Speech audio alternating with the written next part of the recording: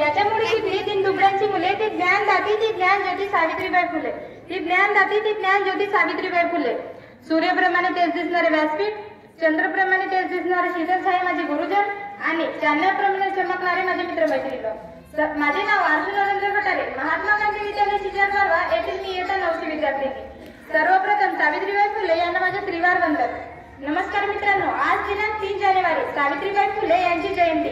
तर मी आज आपल्यासमोर सावित्रीबाई फुले यांच्या जीवनावर थोडक्यात माहिती सांगत आहे। तर मित्रांनो, सावित्रीबाई फुले यांचा जन्म 3 जानेवारी 1831 रोजी सातारा जिल्ह्यातील नायगाव येथे झाला। त्यांचे वडिलांचे नाव खंडोजी नेवके पाटील होते आणि आईचे नाव लक्ष्मीबाई होते। त्या एक थोर समाजसेविका होत्या। त्या भारताच्या पहिल्या शिक्षिका आणि मुख्याध्यापिका होत्या। त्यांच्या अवघ्या 9व्या वर्षी त्यांचे लग्न झालं। महात्मा ज्योतिबांनी त्यांना लिहायला वाचायला शिकवले आणि शिक्षणाची गोडी लावली। सावित्रीबाई नसत्या तर आज मुली शिकल्या नसत्या, कारण त्या काळी मुलींना शिक्षणाचा अधिकार नव्हता। मुलींचं जीवन फक्त चूल आणि मूल इतकंच होतं। सावित्रीबाई या स्त्री शिक्षणासाठी लढल्या। हे बोलायला खूप सोपं वाटतं, ऐकायला खूप सोपं वाटतं, पण त्या काळाच्या संबंधित आढावा घेतला तर मुलगी जन्माला येणं हे पाप समजलं जायचं। 40-50 वर्षाच्या म्हाताऱ्याशी तिचे लग्न लावून द्यायचं आणि म्हातारा कधी मरेल हे काही माहिती नव्हतं। म्हातारा मेल्यानंतर मुलीला लग्न काय असते हे समजण्यापूर्वीच ते विधवा व्हायची।